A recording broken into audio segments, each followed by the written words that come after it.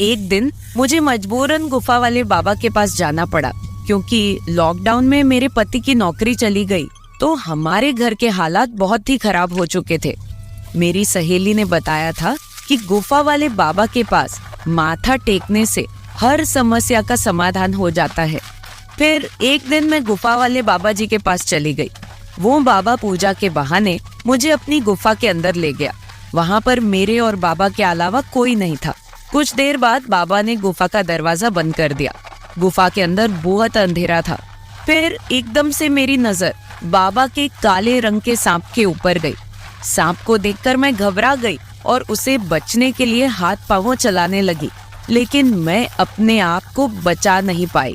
फिर बाबा ने भी मेरे अकेले होने का फायदा उठाया और मेरे साथ कुछ ऐसा हुआ कि दोस्तों, मेरा नाम रितिका है और मेरी उम्र 26 साल की है। मैं शादीशुदा औरत हूँ। मेरे परिवार में मेरे पति राहुल और मेरी 2 बेटियां हैं। हमारी अरेंज मैरिज हुई थी। हमारी शादी को 15 साल हो चुके हैं। इसी बीच हमारी 2 बेटियां हुई। बड़ी का नाम हमने बड़े प्यार से रोशनी और छोटी का नाम काजल रखा।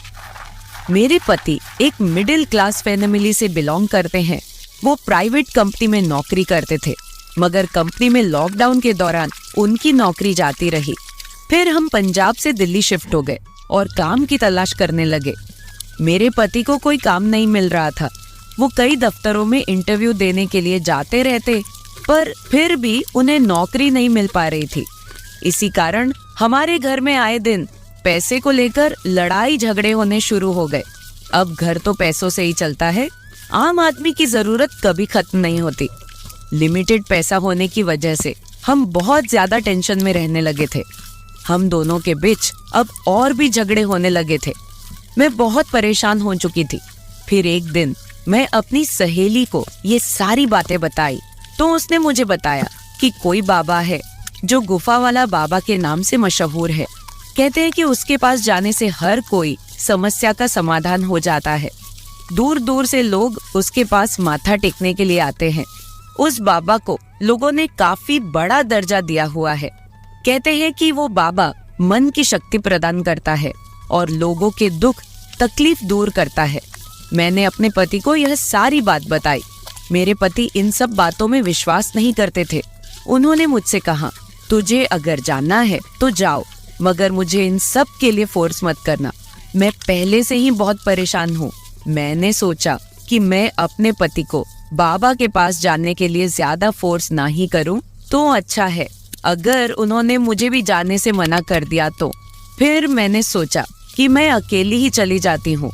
मैंने बाबा के पास जाने का विचार बना लिया, क्योंकि मेरे पति ने मुझे जाने के लिए आज्ञा तो दे ही दी थी। हमारे घर के हालात बहुत बिगड़ चुके थे, इसलिए मैंने मजबूरन गुफा वाले बाबा के पास जाने की पूरी तैयारी कर ली। मैं ये सोच रही थी कि शायद उनके पास हमारी परेशानी का उपाय हो। अगले ही दिन में नहा के अच्छी सी साड़ी पहन के बाबा जी के आश्रम में चली गई।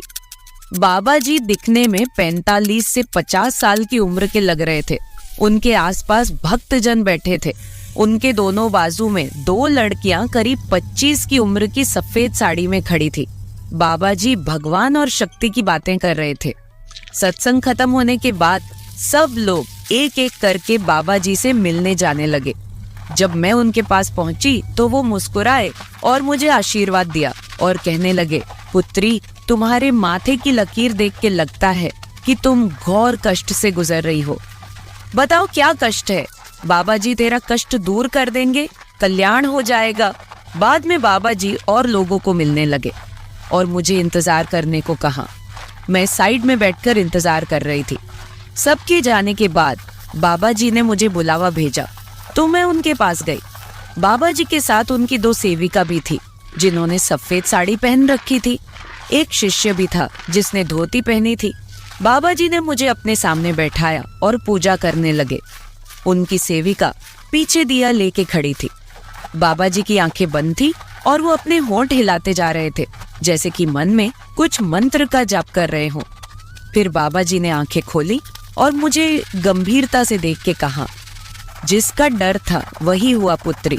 तुम्हारी जन्म पत्रिका में दोष है, जिसकी वजह से तुम्हारे परिवार के विकास में बाधा आ रही है, इसके लिए तुझे पूजा करवानी होगी, इसका उपचार करना पड़ेगा। बाबा जी की बात सुन के मैं थोड़ा घबरा गई।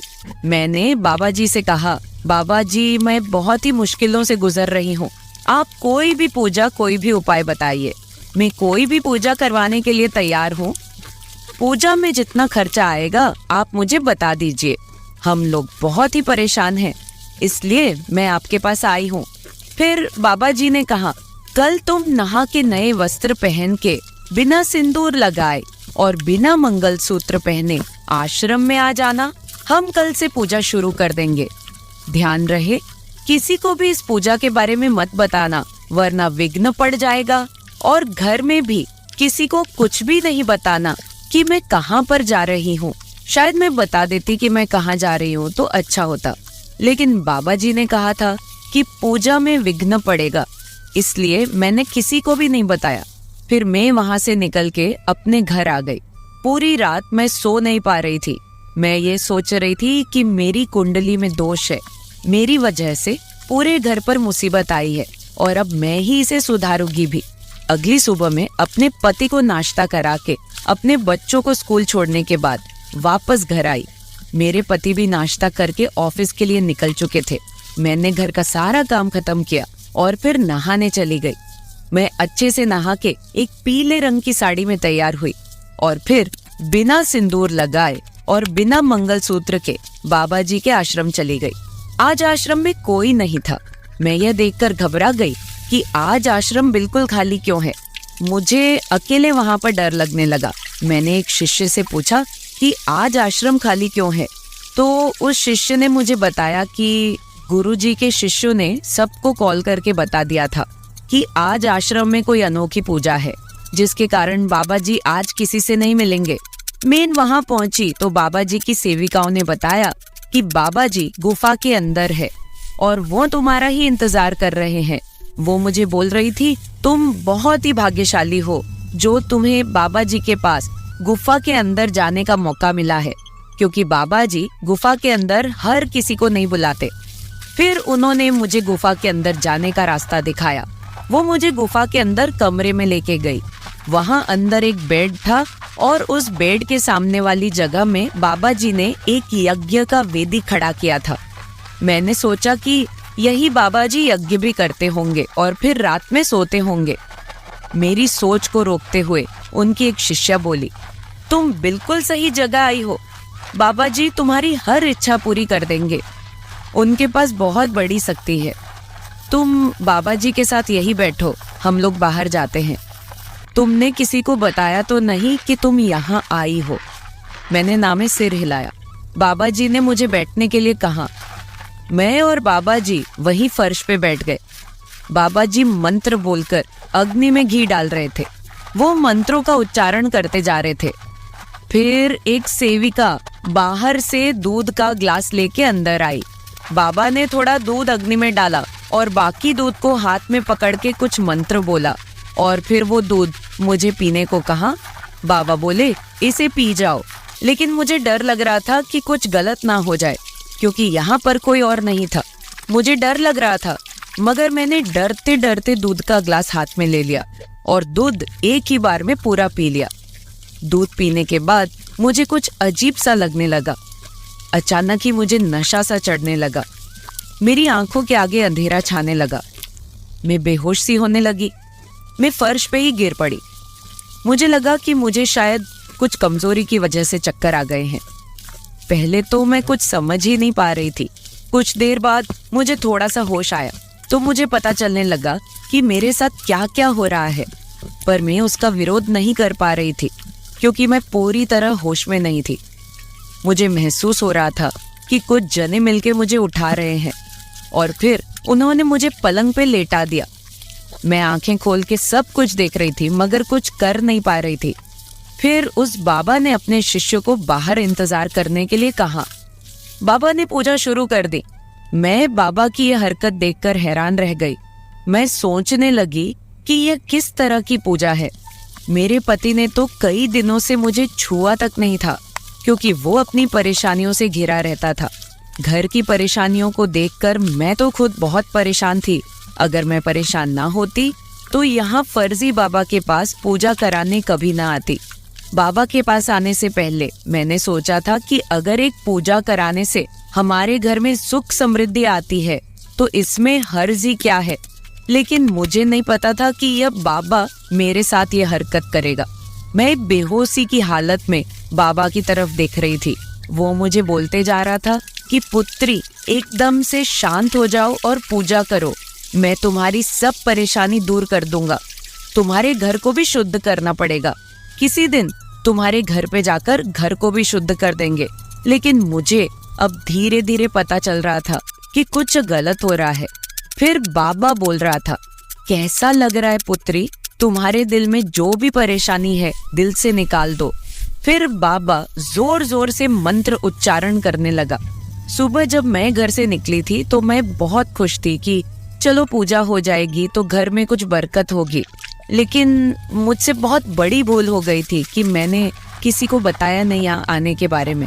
अब अगर मैं विरोध करती हूँ तो ये बाबा मुझे मरवा डालेंगे और किसी को कुछ पता भी नहीं चलेगा। मैं वहाँ से भागना चाहती थी मगर नशे की वजह से मैं कुछ भी कर नहीं पा रही थी। अब मुझे एहसास हो रहा था कि मैं जहाँ आकर कितनी बड़ी गलती कर दी है। यहाँ तो कुछ गलत काम होते हैं, बाबा तो लोगों की श्रद्धा के साथ खेलते हैं। मेरे दिमाग में बहुत सारी ऐसी बातें चल रही थी कि मैंने यहाँ आने की गलती क्यों की है। बाबा मुझे बोल रहे थे, शाबाश पुत्री, तुम बहुत अच्छे से पूजा में हिस्सा ले रही हो।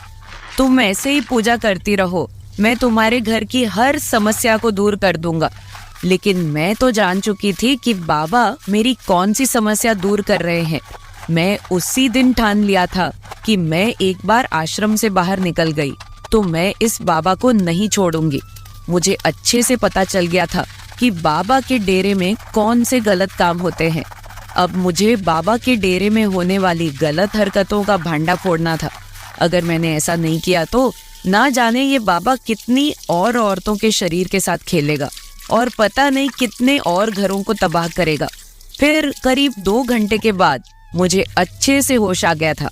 बाबा मुझे बोले, पुत्री, तुम्हारी पूजा संपन्न हो चुकी है, अब तुम घर जा सकती हो। तुम्हारे साथ सब कुछ कल्याण होगा। मैंने बहुत अच्छे से पूजा की है और मंत्रों का उच्चारण किया है। अब तुम्हारे पति की नई नौकरी भी लग जाएगी और तुम खुशी से अपना जीवन व्यतीत करोगी। लेकिन मैंने तो ठान रखी थी कि मैं बाबा का पर्दाफाश करके ही छोड़ूंगी। अगर मैंने ऐसा ना किया तो ये बाबा भोले भाले लोगों को अपने जाल में फंसाए रखेगा और उन्हें लुटता रहेगा। फिर बाबा ने मुझे छोड़ दिया और मैं गुफा से बाहर आ गई। आश्रम से बाहर आने के बाद मैंने बहुत सोच विचार की और मैं सीधा वहां से पुलिस स्टेशन चली गई। पुलिस स्टेशन जाकर मैंने बाबा के खिलाफ कंप्लेंट लिखवाई। बाबा ने जो कुछ भी मेरे साथ किया था मैंने सब कुछ वहां पर बता दिया और पुलिस को साथ लेकर बाबा के आश्रम पहुंच गई। पुलिस ने बाबा को गिरफ्तार कर लिया। आज वो बाबा जेल के अंदर अपने गुनाहों की सजा पूरी कर रहा है। जब मैंने उस बाबा के खिलाफ आवाज उठाई तो बाद में और भी बहुत सारी लड़कियां सामने आई जिनके साथ बाबा ने गलत काम किए थे। घर जाने के बाद मैंने हिम्मत करके वो सारा कुछ अपने पति को बताया जो बाबा ने मेरे साथ किया था। मेरे पति ने मेरी सारी बात समझी और मुझे बोले कि मैं इसी वजह से इन बाबा लोगों पर विश्वास नहीं करता, जो ऊपर से दिखते कुछ और है और अंदर से होते कुछ और है। वो मुझे बोल रहे थे कि अगर मैं तुझे उस बाबा के आश्रम पर जाने से रोकता तो तुम्हारे दिल में भी इन बाबा लोगों के प्रति विश्वास बना रहता और तुम कौन सा मेरे रोकने से रुकने वाली थी। अब मेरे पति की जॉब भी लग गई है। जो मैंने उस बाबा के खिलाफ कंप्लेंट की थी उसमें मेरे पति ने मेरा पूरा साथ दिया और उस बाबा को कोर्ट ने उम्र कैद की सजा दी है। वो जेल के अंदर अपने गुनाहों की सजा भुगत रहा है। मेरे प्यारे दोस्तों, अगर आप ऐसी ही और भी इंटरेस्टिंग कहानियां सुनना चाहते हैं तो चैनल को सब्सक्राइब जरूर कर ले और बिल नोटिफिकेशन ऑन कर ले। कमेंट बॉक्स में बताएं कि आपको मेरी ये स्टोरी कैसे लगी। कल मिलेंगे ऐसी ही एक और वीडियो के साथ। धन्यवाद।